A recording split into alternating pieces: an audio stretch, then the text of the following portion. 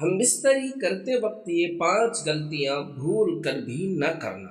السلام علیکم ناظرین، آج کی ویڈیو میں آپ کو مرد اور عورت کی طرف سے کی جانے والی ان غلطیوں کے بارے میں بتائیں گے کہ جن کو وہ کوئی غلطی نہیں سمجھتے، جبکہ شریعت میں یہ بہت بڑی غلطی ہوتی ہے۔ کچھ لوگ اس بارے میں علم رکھنے کے باوجود بھی یہ کام کر جاتے ہیں، اور بہت سے لوگ ایسے بھی ہیں جن کو ان کے بارے میں علم ہی نہیں ہوتا۔ ناظرین، یہ ویڈیو میاں بیوی کے درمیان تعلق پر مبنی ہے، اس لیے میاں بیوی دونوں کے لیے ویڈیو بہت ہی زبردست ہے۔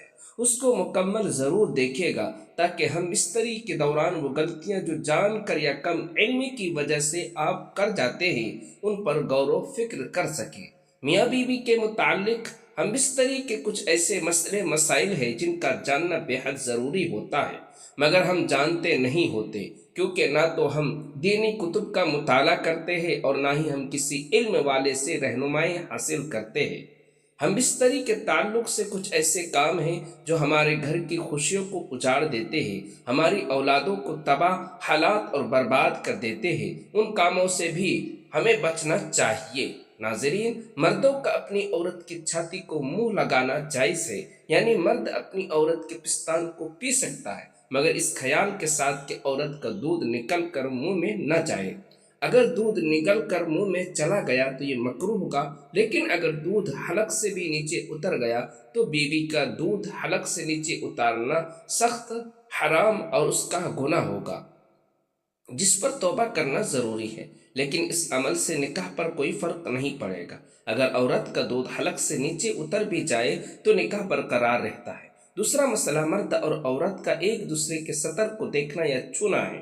عورت اور مرد ایک دوسرے کی جنسی اعضاء کو دیکھ اور چھو سکتے ہیں، مگر شرعی حکم یہی ہے کہ مقام مخصوص کی طرف نہ دیکھا جائے۔ اس سے نسیان کا مرض ہوتا ہے اور آنکھوں کی روشنی بھی کم ہو جاتی ہے، لیکن اگر کوئی دیکھ یا چھو لے تو اس میں کوئی گناہ نہیں ہے۔ تیسرا مسئلہ مرد کے اوپر بیٹھ کر عورت ہم بستری کرنا۔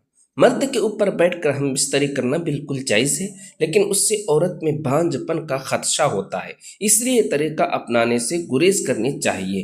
اس بات میں بھی کوئی شک نہیں کہ شریعت نے عورت کے ساتھ ہر طرح سے ہم بستری کرنے کی اجازت دی ہے، اور شریعت میں یہ بھی آیا ہے کہ تمہاری بیویاں تمہاری کھیتیاں ہیں، جس طرح چاہو ان سے فائدہ حاصل کرو، لیکن صرف آگے کے مقام سے اجازت ہے۔ شریعت نے پچھلے مقام سے ہم بستری کرنے کی اجازت نہیں دی ہے، کیونکہ وہ ہم بستری کرنے کا محل اور وقوع نہیں ہے، یعنی عورت کے دبر میں ہم بستری کرنے کا سختی سے منع کیا گیا ہے، اور جو ایسا کرتے ہیں ان کے لیے ایک بہت سخت عذاب ہے، اور یہ بہت بڑا گناہ ہے۔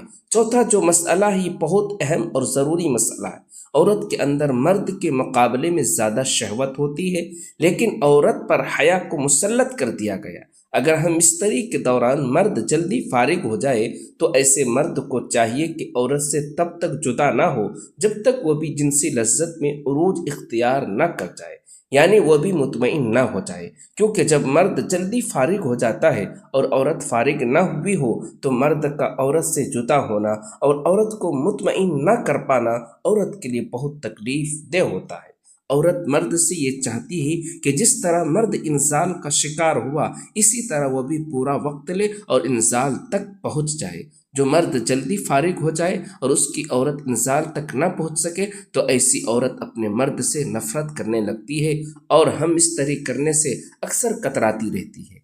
ایسی عورتوں کو مرد کے ساتھ ہم بستری کرنے میں دلچسپی نہیں رہتی۔ وہ سمجھتی ہے کہ چند منٹ کے اس کھیل سے جس سے ان کو کوئی اچھا محسوس نہیں ہوتا وہ اس کی وجہ سے ناپاک کیوں ہوں، تو اس وجہ سے وہ ہم بستری میں دلچسپی نہیں لیتی۔ یہاں ایک بات واضح رہے کہ عورت شوہر کے بغیر کسی شرعی عذر کے ہم بستری سے انکار نہیں کر سکتی، لیکن اس کے ساتھ مرد کو بھی خیال رکھنا چاہیے کہ ہم بستری کے دوران انزال ہونے کے بعد فوراً عورت سے جدا نہ ہو، بلکہ ان کو بھی لذت شہوت پوری کرنے کا موقع دیا جائے۔ ناظرین، پانچواں مسئلہ جو شرعی مسئلہ ہے وہ ہے ننگے ہو کر اور کعبے رخ ہو کر ہم بستری کرنا۔ شرعی طور پر جس کمرے میں ہم بستری کی جائے وہاں قرآن پاک کھلا ہوا پڑا نہ ہو، کیونکہ یہ بے ادبی ہے۔ ہم بستری والے کمرے میں اگر قرآن مجید موجود ہے تو بہتر ہے کہ اسے کسی کپڑے سے ڈھانپ دیا جائے۔ اسی طرح ہم بستری کے دوران قبلہ رخ ہو کر بھی ہم بستری کرنا بالکل صحیح نہیں ہے، یہ گناہ ہے، اور شاید یہی وجہ ہے کہ جس کی وجہ سے ہمارے گھروں سے خوشیاں اٹھ جاتی ہے اور گھروں میں مصیبتیں آ جاتی ہے۔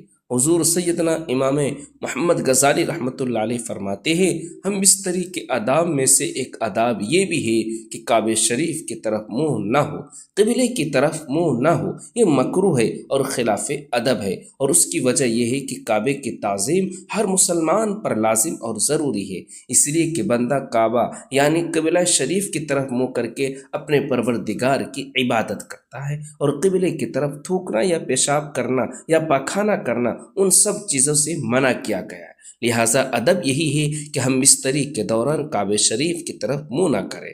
اس کے بعد مکمل ننگے ہو کر ہم بستری کرنا بھی شرعی طور پر درست نہیں ہے۔ شرعی طور پر ہم بستری کے دوران مرد اور عورت کوئی چادر اوڑھ لے، جانوروں کی طرح ننگے ہو کر ہم بستری نہ کریں۔ حدیث میں آیا ہے، اللہ کے رسول صلی اللہ علیہ وسلم ارشاد فرماتے ہیں کہ تم میں سے جب کوئی اپنی بیوی کے ساتھ ہم بستری کرے تو پردہ کر لے، اگر بے پردہ ہوگا تو فرشتے حیا کی وجہ سے باہر نکل جائیں گے اور شیطان داخل ہو جائے گا۔ ہم بستری کے دوران شرمگاہ دیکھنا یا چھونا کیسا ہے، اس بارے میں ہم آپ کو تفصیل سے بتاتے ہیں۔ میاں بیوی کا ہم بستری کے وقت ایک دوسرے کی شرمگاہ کو چھونا جائز ہے۔ مرد اپنی بیوی کے ہر حصے کو چھو سکتا ہے اور بیوی بھی اپنے شوہر کے ہر حصے کو چھو سکتی ہے، ہاں البتہ عورت اور مرد کو ہم بستری کے دوران ایک دوسرے کی شرمگاہ کو نہیں دیکھنا چاہیے، کیونکہ اس سے بچنا ہی مستحب ہوگا۔ شریعت میں حکم ہے کہ تم میں سے جب کوئی اپنی بیوی کے ساتھ ہم بستری کرے تو شرمگاہ نہ دیکھے، اس سے آنکھوں کی بینائی چلی جاتی ہے۔